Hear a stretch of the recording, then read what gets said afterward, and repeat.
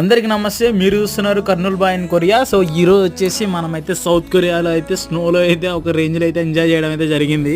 ఈరోజు మార్నింగ్ నిద్ర లేస్తేనే బీభత్సమైన స్నో అసలు చూస్తే కళ్ళు చెదిరిపోయింది అనమాట. ఎందుకు ఇంత బీభత్సంగా? సో నాకు న్యూస్లో తెలిసింది సడన్గా టెంపరేచర్ డౌన్ అయిపోయి వర్షం కాస్త స్నోగా మారింది.